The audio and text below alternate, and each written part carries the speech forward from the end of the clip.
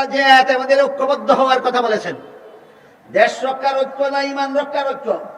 হ্যাঁ, ঈমান রক্ষার ঐক্য। দেশ রক্ষার ঐক্যের মূলনীতি আছে মদিনা সনদে, আর ঈমান রক্ষার ঐক্যের মূলনীতি আছে হাদিসে জিবরিলে। ক্লিয়ার হইল নি কথা? দেশ রক্ষার ঐক্য, রসুলের আদর্শ মতো দেশ রক্ষার ঐক্য আছে কোথায়? মদিনা সনদে। আর রসুলের আদর্শ মতো ঈমান রক্ষার ঐক্যের রূপরেখা আছে কোথায়? হাদিসে জিবরিলে। রসুল এই হাদিসে বলে দিয়েছেন, এই তিনটা ইলম হইল তোমাদের পরিপূর্ণ দিন। একটা ইলমের নাম ইলমে আকাইদ, একটা ইলমের নাম ইলমে ফিকহ, একটা ইলমের নাম ইলমে তাসকিয়া। আল্লাহ যে আয়াতে বলেছেন তোমরা ঐক্যবদ্ধ হও, সেই আয়াতে বলে দিয়েছেন দিন পালনের মাধ্যমে ঐক্যবদ্ধ হও। মর্ম হলো ইলমে আকাইদের সিদ্ধান্ত মেনে নিয়ে ঐক্যবদ্ধ হও। হে মুসলমানেরা, ইলমে ফিকহর সিদ্ধান্ত মেনে নিয়ে ঐক্যবদ্ধ হও। হে মুমিন মুসলমানেরা, ইলমে তাসকিয়ার সিদ্ধান্ত মেনে নিয়ে ঐক্যবদ্ধ হও। এখন যদি একজন ইলমে আকাইদের সিদ্ধান্ত মানে না আর বলে আসুন মুসলমান ভাইয়েরা ঐক্যবদ্ধ হয়ে যায়, নির্বাচন সামনে আসতেছে, এটা ইমানের ঐক্য না নির্বাচনী ঐক্য? এই ঐক্য মতলববাদী ঐক্য। এটা ইমানি ঐক্য না, এটা নির্বাচনী ঐক্য। এই নির্বাচনী ঐক্য বোঝাবার জন্য আপনাদেরকে একটা চমৎকার একটা উদাহরণ দিচ্ছি, কল্প কাহিনী নয়, বাস্তব ঘটনা। আপনাদের অনেকের জানা থাকতে পারে পাকিস্তানের প্রধানমন্ত্রী ছিল এক সময় বেনজির ভুট্টো। বেনজির ভুট্টো নাস্তিক্য মনোভাবাপন্ন লোক ছিল, নামাজ রোজার ধার ধারে না, হালাল হারামের ধার ধারে না।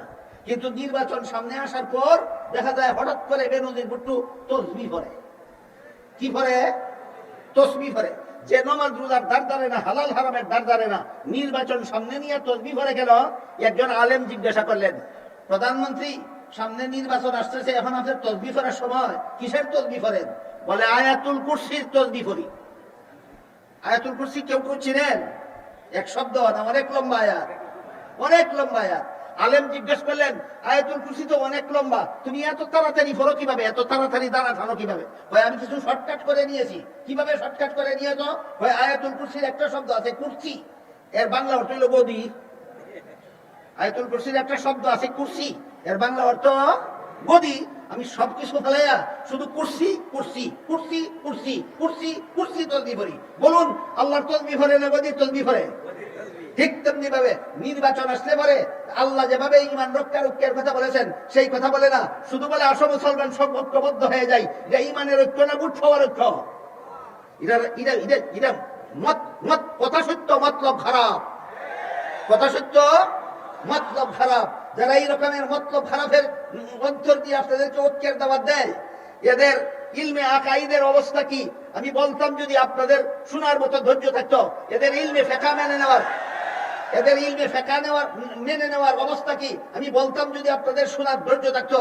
এদের ইলমে তাসকিয়া মেনে নেওয়ার কি পরিমাণ অবস্থা বলতাম যদি আপনাদের শোনার ধৈর্য থাকতো। মাত্র কয়েক মিনিটে ইলমে আকাইদের একটা উদাহরণ দিচ্ছি।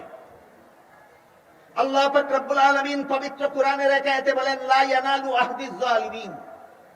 এর অর্থ হলো আমি গুনাহগারদেরকে নবী বানাই না। এর অর্থ কি? আমি গুনাহগারদেরকে নবী বানাই না। কি বুঝলেন? এক দুইজনের বেলায় এই কথা না, সকল নবীর বেলায়, সমস্ত নবীগণের বেলায় এটা আল্লাহর একটা নির্ধারিত মূলনীতি। গুনাহগারদেরকে নবী বানাই না, যাদেরকে নবী বানাই এরা জীবনে কোনোদিন গুনাহ করে না। এত সত্ত্বেও আমাদের সমাজে যারা নির্বাচন আসলে পরে ঐক্যের দাওয়াত দেয়, এরাই এদের বই পুস্তকে লিখে রেখেছে, এদের বক্তব্যে উল্লেখ আছে, এদের গোপন প্রচারণায় পাওয়া যায়, এরা বিভিন্ন নবীগণকে গুনাহগার সাব্যস্ত করে। ইলমে আকাইদের সিদ্ধান্ত মেনে নিল না লঙ্ঘন করলো?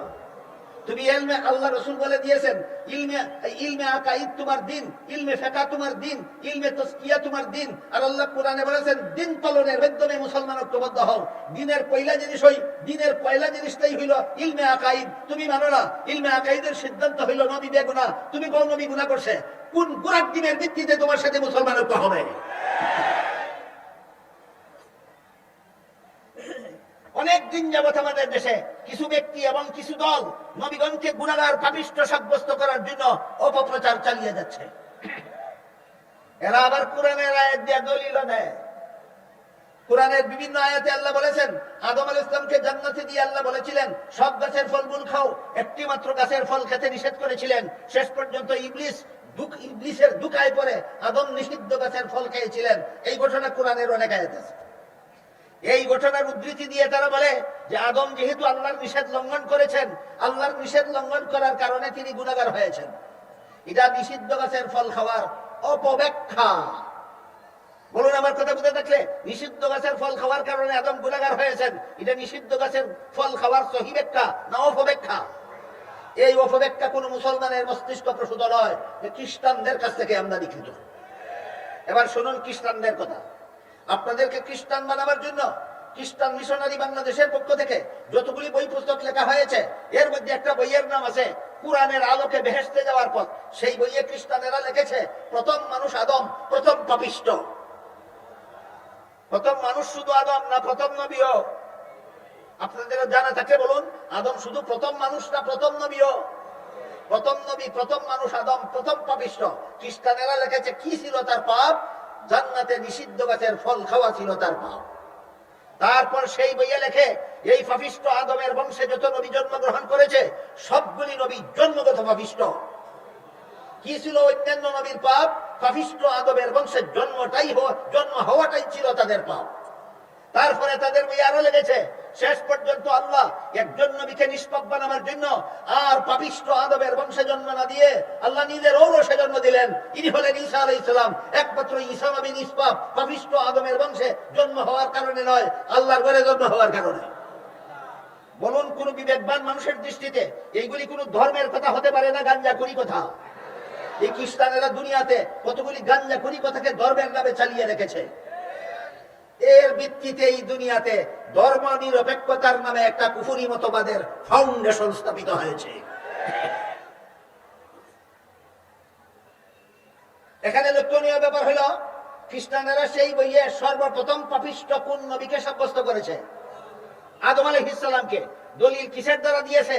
জান্নাতে নিষিদ্ধ গাছের ফল খাওয়া। সুতরাং মুসলমান সমাজের ভিতরে তলে তলে তলে তলে গোপনে গোপনে গোপনে গোপনে যারা নবীগণকে গুনাহগার সাব্যস্ত করে, যারা আদম নবীকে গুনাহগার সাব্যস্ত করে আর নিষিদ্ধ গাছের ফল খাওয়াকে দলিল হিসাবে অবলম্বন করে, আমার কথা বুঝে থাকতে বলুন, সত্যই এই নবীকে গুনাহগার সাব্যস্ত করা এটা মুসলমানি মতবাদ না খ্রিস্টানি মতবাদ? সুতরাং মুসলমান সমাজে যারা নবীগণকে গুনাহগার সাব্যস্ত করার অপকর্ম চালায়, নিঃসন্দেহে এরা খ্রিস্টানদের দালাল। এরা যখন বলে আসুন ঐক্যবদ্ধ হয়ে যায়, তাহলে নবাব সিরাজউদ্দৌলার সৈনিকেরা কি মীর জাফরদের সাথে ঐক্যবদ্ধ হবে? যেমন ভাবে সিরাজউদ্দৌলার সেনাপতিদের জেনে শুনে মীর জাফরের সাথে ঐক্যবদ্ধ হওয়ার কোন উপায় নাই, ঠিক তেমনি ভাবে নবীর সরল উম্মতের খ্রিস্টানের দালালদের সঙ্গে ঐক্যবদ্ধ হওয়ার কোন উপায় নাই।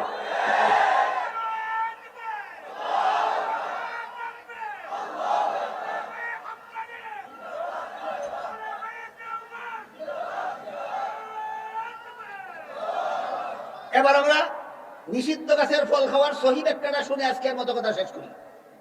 এবার প্রশ্ন হলো, তাহলে আদমের জান্নাতে নিষিদ্ধ গাছের ফল খাওয়ার সহি ব্যাখ্যাটা কি?